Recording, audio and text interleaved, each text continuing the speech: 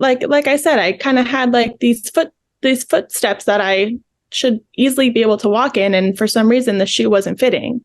Mm-hmm. So when I realized that the practice was not the practice for me and the relationship that I'm in was not the relationship for me, I kind of just needed to say no to everything that wasn't an F yes.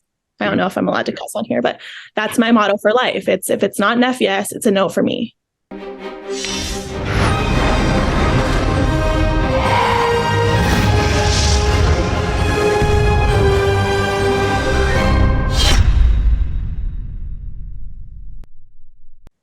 Well, hello, everybody. Dr. Ron Oberstein, president of Life Chiropractic College West. Welcome to another edition of our Life by Life West. And I've got two of my favorite out of five people in my life. Of course, I got my partner in life and health and my wonderful bride, Dr. Mary. Mary, welcome. Hi. And my co-host and everything else, my anchor in life, my anchor on the show, everything you can think of, that kind of stuff. And today we have a very special guest.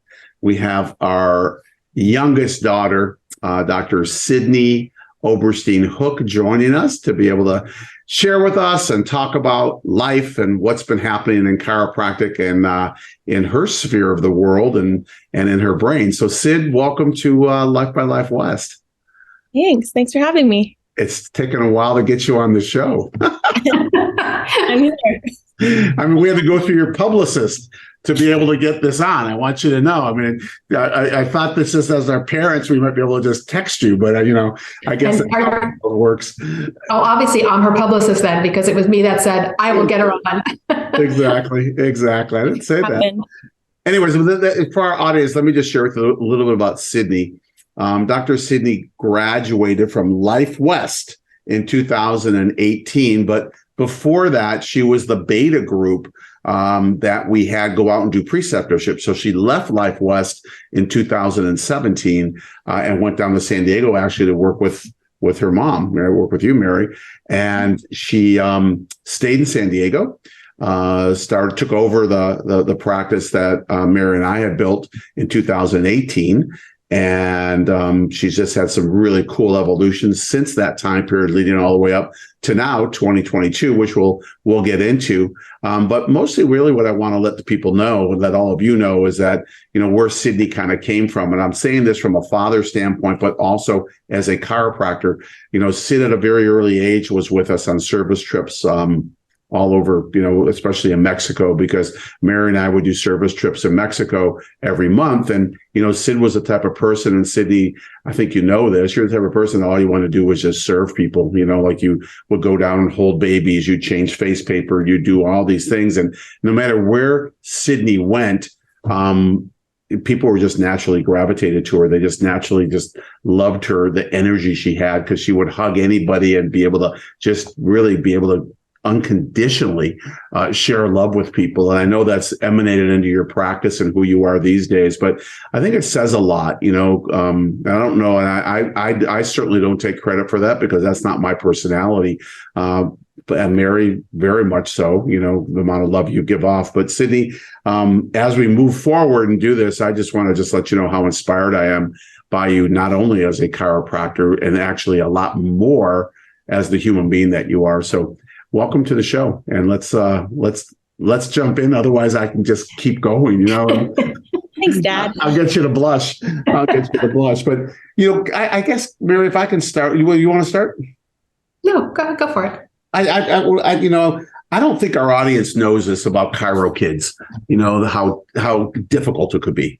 Living up to expectations of your parents and what people perceive as expectations, thinking, oh my God, well, of course you're gonna be successful. Your parents are chiropractors or that kind of, and it's like, it's just a bunch of BS, because we're all individuals in what we do in our lives, and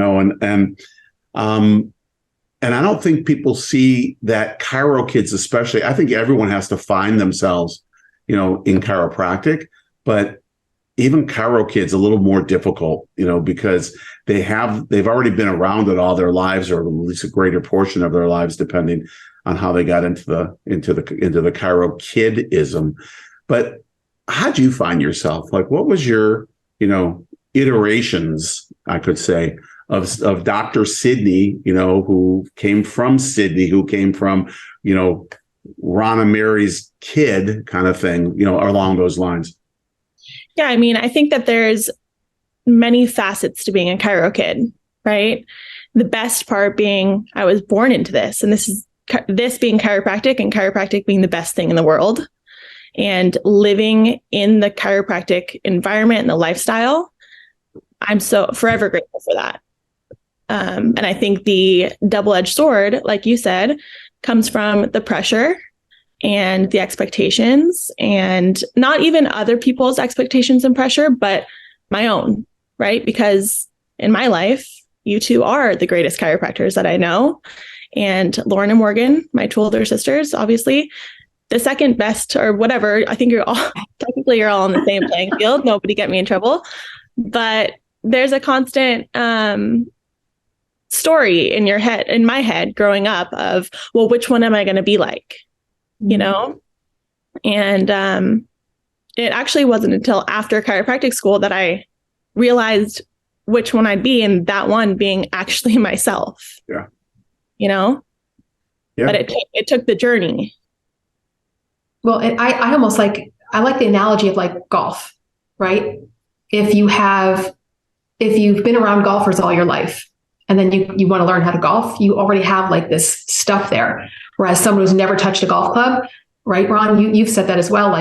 It's easier for the instructor because you don't have to deprogram or unlearn things. You just start from the scratch. So and then it's a matter of how long did that deprogramming or unlearning did it take you? Which I don't know how you would answer that. I mean, I don't think it's taken you very long from the time you graduated to where you are today, but can you speak to that a little bit of just maybe what the journey's been?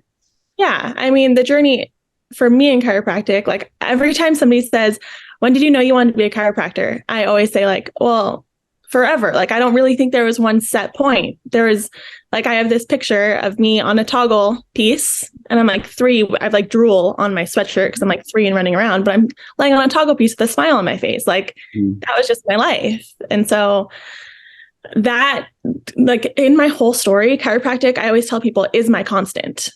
And there was times where I fought against that. When I went to undergrad, I got the volleyball scholarship, went to undergrad. And when everybody was what do you want to do?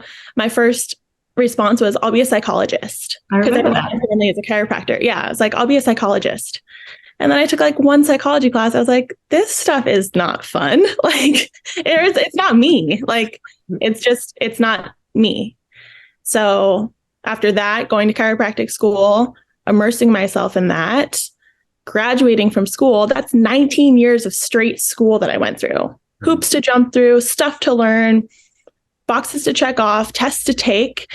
And it wasn't until I entered the real world that I was all right, well, I started school when I was a child and now I'm an adult. And what is she like? How does she want to serve?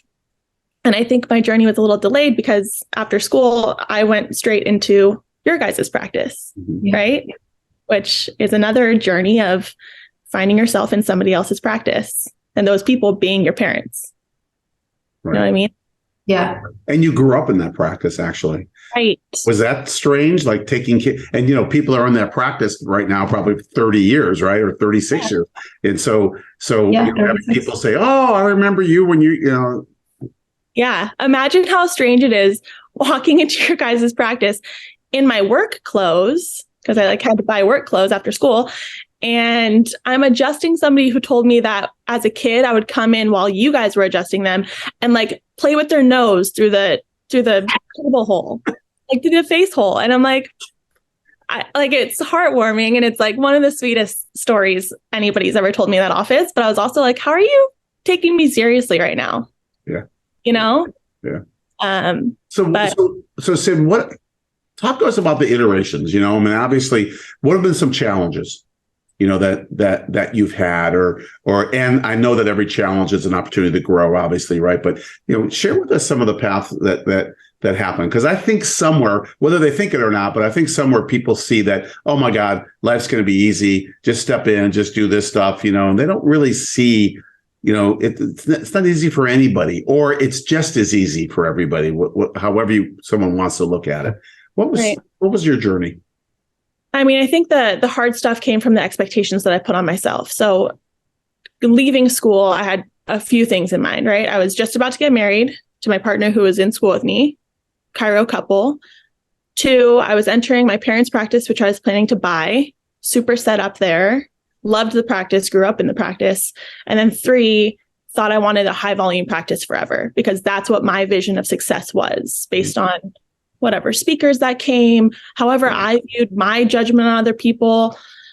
And when I got into practice, when I got into your guys' practice and we started the buying process of that, something kind of clicked. And like I said, after 19 years of being in school and not really putting my wider scope on, like chiropractic was my constant. And then once I got chiropractic, once I was out of school, it was like, all right, what do I want to do with this ball of power? And how do I want to use it? And when I stepped into your guys' practice and it was a high volume practice, all these things, it was great. And like I said, the love was there, but something inside of me was like, it's just a puzzle piece that's not quite fitting yet. Yeah. And that little puzzle piece, I kept like playing with it until I realized like, it's just not the piece, and everything looks perfect and everything should be going swimmingly. And I just had to kind of realize I can do chiropractic, and that chiropractic can be my thing. And it just might look different than anything I would have ever expected. Yeah. Right. Yeah. Was it hard? I think that as human beings, we get comfortable, we get complacent. It doesn't mean we don't want to continue to go, but it just becomes, when things can be easy, was it hard to kind of like throw away the keys and say, wait a minute, I need to do this, to express who I am through this beautiful art and science and philosophy of chiropractic? How'd that? Of course. Yeah, of course. Like I said, I kind of had like these footsteps that I should easily be able to walk in. And for some reason, the shoe wasn't fitting. Mm-hmm. So when I realized that the practice was not the practice for me and the relationship that I'm in was not the relationship for me, I kind of just needed to say no to everything that wasn't an F yes. I don't know if I'm allowed to cuss on here, but that's my motto for life. If it's not an F yes, it's a no for me. So saying no to that and kind of going into the unknown, I really didn't know what I was going to do except my constant, chiropractic. Like I literally did not know what practice I was going to practice in, did not know what I really wanted, except I knew chiropractic would carry me through. Yeah. So that looked like going in a family friend's practice, the times that he wasn't there, seeing a few patients. And then it looked like joining a family friend's practice, Dr. Steph's practice. Mm-hmm. And when I went in there, I was in a space in my life where I said, I just want to be an employee. I want to clock in, clock out, only do the fun stuff, only adjust, no back end stuff, no running a business. And again, that was just the season for it, without judgment, right? Without, am I successful right now? Just, that was a season. And then soon enough, after like a year and a half at Dr. Steph's practice, I got that like itch again. Like the puzzle piece wasn't like, all right, this was great. And now this puzzle piece isn't quite fitting. And this time, instead of saying, oh my gosh, what am I doing? I really just like, all right, what's next? Because like I've been shown this path so far, what's next? And that's when, my greatest blessing in my chiropractic journey kind of came to me. Yeah. Which is your office now. Yeah. Which I just, to find this, I just had to get clear on what I wanted. Yeah. So I got some questions. I do too. You go. Well, it's like I'm listening to you. Wait, we get to interview our kid. I'm actually asking questions that I've never asked. So excuse us if we're getting therapy as we meet with you, Sydney. It's great. It's so cool stuff. Well, you're right. It's different because like I feel like I walked the journey with you, like from the front row watching it. And like what I watched the whole time, which kind of what you just said was I watched you just listening to that inner voice the whole time. But it's interesting when you said like the shoe didn't, when you were in our practice and the shoe didn't fit, I was laughing to myself because remember the day when you showed up to the practice and you were wearing my shoes, my pants, my shirt, and my earrings. And do you remember that? Yes. For me, that was pivotal thinking about that because I remember we walked out of a room together and I looked at you and I was like, are those my shoes? You go, yep. And I was like, my pants, my shirt. And then I went, are those my earrings? And do you remember you looked at me and you said, we were busy that day. And you looked at me and you went, Mom, like, get back to work. And I went, he said, Mom, like, get to work. And I think we were in like rooms 2 and 4. So we were facing each other. And I went, okay. And I just started adjusting, but it always hit me. Wow. Like I had a thought of like, Sydney's like me in this practice. And I wonder if she likes that. Nothing against me, but more like she's being Mary. There's only one Mary. Mm-hmm. And it's not Sydney. Mm-hmm. And then it was like short, like, so when on your journey, when you have said to me, like, yeah, I have to do what's being called to me. Like, I remember thinking like, well, perfect. Because how we raised you, like in my head, it was like, we raised you, like we gave you roots and we gave you wings and we wanted you guys to forge your own paths and find your own calling. And good for you for listening to your voice because I'm watching you. And that's what inspires me most about you is that you go from the inside. You don't care what anyone else says or thinks. And as a parent, I mean, we're like cheering you on from the sidelines because we're like, good, like, yes, do you. You're amazing. Mm-hmm. You do Sydney. Don't do Mary. Don't do Ron.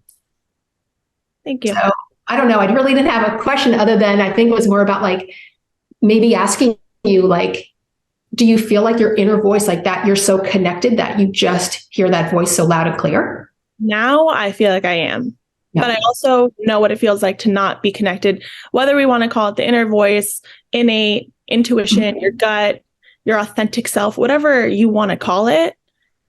I know what it feels like to not listen to it and just have this almost like itchy feeling. Again, the practice that you guys built was amazing. It just wasn't like it. It wasn't like the special sauce for me, you know?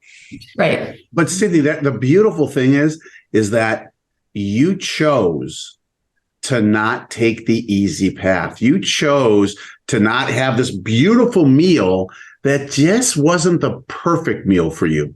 And I think the lesson for me is that we should always be chasing perfection. That's kind of what I meant about like the complacency, not necessarily complacent, but, you know, I got a great thing here. I was like, it couldn't be better, but it can if it's not feeling in here. And the question I had that I wanted on the tip of my tongue is kind of going from what you said, Mary, is Sid, how did the head in you, what did it look like when the head battled the heart, or when the educated mind battled that innate voice, you know, about, well, why am I leaving here? Because it's so good. I don't know what the banter was, but what was it like? And what was some of that? It just, again, yeah, staying there and staying in the easy route or what looked like perfect. And knowing that there was income coming in because it was an already functioning, successful practice, all those things versus like just not feeling not feeling like me. And honestly, like not really knowing who I was either. Because again, 19 years of school and like doing what I was supposed to do, it's like, where is the space for me to become me? And so the educated mind versus the like innate go with your gut had me in a place of just kind of going through the motions. Yeah. And going off what Mom said about the clothes, like I remember getting dressed for the office being like, Mom, like, is this okay? Like, this isn't stuff I would normally wear, but like, is this good to wear in your office? Like, yeah. Fast forward to now. And it's like, some days I wear ripped jeans. Yeah. Some days I wear slacks. Some days I wear a flannel over a blouse, like, you know, and it's not, that's not what practice is about, but it's those little things that just make you feel like you. And then you should see the people that I attract in my practice now. Like they're like me, you know, which is like my favorite thing in the world. And I like, that's like that, seeing the people that I attract now, knowing who I am and knowing like, all right, I followed this voice in my head to get me into this beautiful space. and like share my gift in this way, and seeing what is coming back from that is like, there's never a time in my life where I won't follow that voice again, because like the universe provides, you know? Yeah. Yeah. It sounds like you're just so grateful, for what has taken place. And even if it was difficult, right? Like, what were some of the difficulties? What were some of the, I know you could be open about, but what were some difficult things as far as you listening? Like in my head, people might be listening to this conversation, watching this. A lot of people are watching this, but watching this going, I need to make a change, but they don't even know how, or they don't even know what, and I'm not saying for you to, teach them how, but how did you do that? Like, what was that process? And was it tough? And was it ugly? And then was it beautiful? And, that kind of stuff.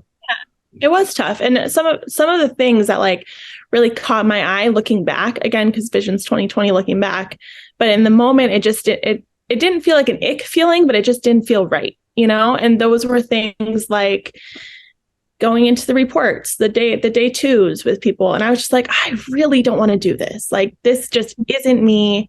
Not that there's anything wrong with it, again, but if we're going off what is me, and how can I serve out of authenticity and abundance without fear, and also like, oh, I don't want to do this. Things like that, or like even the speed that I was going. And that happened a few different times. You guys had a high volume practice, and something inside me was like, I'm just go. And if I'm like, me personally, like I would give somebody a 5-minute hug if time allows, I'm just like that type of person. So I can adjust high volume. And even the practice that I went after you guys was a high volume practice, which made me realize I don't want to do that. But it takes that little bit of like, oh, so when you're saying like, what would somebody do to kind of feel into that? The answer is actually feel into it. Does it feel good? And does it feel like you? And if there were no rules and money didn't apply, how would you greet somebody from start to end? And how much time would you spend with them? And, because in my world, I would love to spend more time with people. And so now I do that. Yeah. And I feel like it's like, it's exactly that dichotomy of feeling and thinking. Like we could try to think our way through things, and we can think that it's working for us, just like whatever we think success is, right? Which we'll ask you that in a second, what your model is. But it's like, we're just not programmed to feel our way through, you know? We're programmed for, like you said, 19 years of schooling is that how many years you said? 19? Yeah. To think, not to feel, right? And wow, it's like, so what happened when you get caught? Like, someone's listening going, well, good, but I don't know if I could feel this. Like, is there any gems that you can throw, that some of the stuff that kind of helped you unsubluxate above Atlas, that to allow you to get clear? I mean, I went to therapy. One, that helped, talking it out. Yeah. Because I also, as I was splitting with practicing how I knew how my whole life, I was also dealing with the rupture of a relationship and all that stuff that went along with it. But just like, I just kept moving. Like I went to one practice, I went to another, something felt right, loved this, didn't love that. I kept doing something because I didn't want to get stuck in the mud of, I don't know what to do. Nothing feels right. Because there was always something right, which was chiropractic. Yeah. Like even the days where life just felt really messy, I was like, all right, well, and it was COVID, right? So I had like 3 people. I just left the practice, but I had like a few people that came with me. So I was like, all right, my life is messy right now, and I've got 3 people to serve to the best of my ability.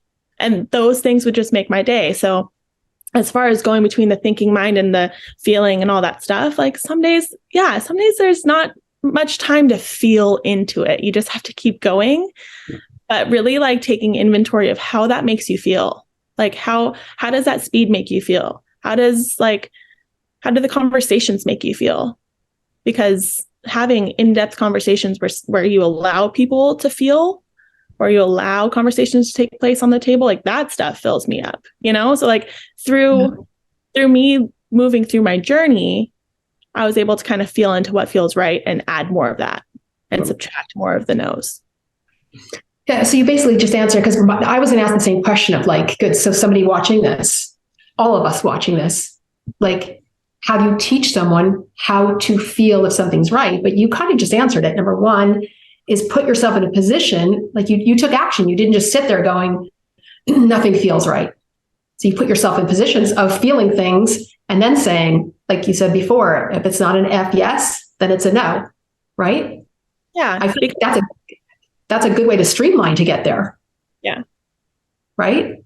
Yeah, and my analogy just kind of kicked in right now, or my aha, it's kind of like if somebody they go, I don't want to eat. So they don't know what to eat. So they just don't eat. No, no, no. And they get caught in that cycle of the no, instead of just saying, just eat, just try different stuff. And as long as you're moving and you're doing this, like motion is life, right? As long as you're moving and you're moving through it, there might be stuff you don't like, but you're going to certainly find the stuff you like. You can never find the stuff you like if you don't eat.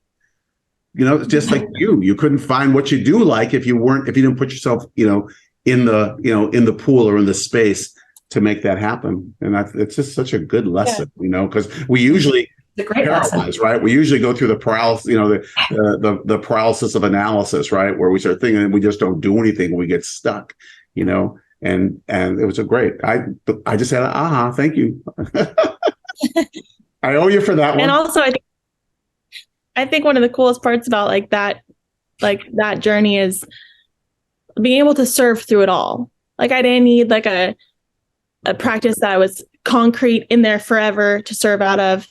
I didn't need to have my stuff together completely to serve, like I was able to be like, you can still be present with somebody. You can still show up and you can still serve and you can still deliver chiropractic regardless of the state of your life and your relationship and the practice that you are or are not part of, Yeah. So I thought that was like, I always say it's my constant. Yeah, absolutely. And, so I'm glad you said that, because Mary, we've always taught the kids that, when you're ever stuck in something, serve your way through it, because that's what opens up that gratitude. That's what opens and totally changes the state of being, right? That vibrational pattern. You can still leave and be stuck in the mud afterwards. You're flat, still have a flat tire, but while I'm in there, I'm not thinking about my flat tire. I'm actually serving. Well, I was going to say, we always used to say one of our mottos was always like, get lost in service, Ron. Remember that? Yeah. And absolutely. It just hit me right now. I would change that now, instead of saying, and we said that to you guys growing up, always like lose yourself in service. And Sydney, you just taught me to find yourself in service. Right. Like don't get lost in service, but that's where you find yourself. So thank you for that. Big difference. Sid, we have to listen. We could go on forever. We know that, but time's running short. And the last question, we always ask our viewers, our participants, 2 questions. But before we do that, I just wanted to really quickly ask you because I brought it up a second ago. We really didn't get to it. What's your definition of success? Because I think this will tie this whole thing in. I feel like right now, again, it changes with every season that I go through, but right now, my vision or my definition of success is feeling truly fulfilled by what I do. And it's not a measure of money, and it's not a measure of how many hours I work or how many patients I see. It's just like really leaving and just feeling good. Like I go home and I'm more full of energy now, Yeah. That makes me feel successful. I like that. Yeah, I do. I love that too. And I also love the F yes. Saying more of that. It ain't an F yes. It's out the window, I love it. All right. Well, listen, we always ask our guests 2 questions, and I'm going to ask the first. And here it is. Where you are right now in this season of your life, right? If you were to look back at Sydney Oberstein, just starting chiropractic college, what advice would you give yourself? Oof. I would probably tell her, take it all in. You don't have to have it figured out. Just absorb as much as you can And don't be afraid to try everything. Mm-hmm. You know, even whatever your vision looks like going in, because most students have probably been adjusted by a chiropractor before. And sometimes we get laser focused on that's what I want to do. Mm-hmm. But it doesn't have to be. It could be something that's uninvented yet. Yeah. I love it. Okay. So I have a question. Actually, it's the same question, just different time frame. So the same question of what advice would you give yourself, but now you've just gone through the chiropractic program and you're just starting your journey of your career. So you're a brand new chiropractor. Now what advice, knowing what you know today, would you give yourself?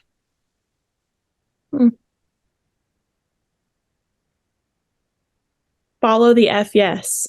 Mm. Because you're going to serve in whatever way feels right anyway, but serving in that F yes mentality just makes the difference. Yep. Love it. Great answer. I'm just trying to think of something we can send you as a gift that's just going to have the F yes on it, you know? Just say F yes, right? To health. Yes. A t-shirt. I say F yes to health. Are you kidding? I'm ready to get it as a tattoo. I love it. I love it. Well, Sydney, thank you. You know, thanks for being with us. And I think this is the most amount of time I've got to spend with you on one call in a while. And I certainly appreciate it. And I'll do this again tomorrow if we have to get you on a phone call. But thank you so much. In all seriousness. Yeah, thanks, Ed.